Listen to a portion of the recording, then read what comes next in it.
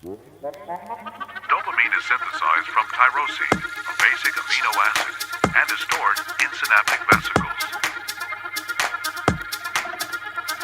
Receptor stimulation of the postsynaptic membrane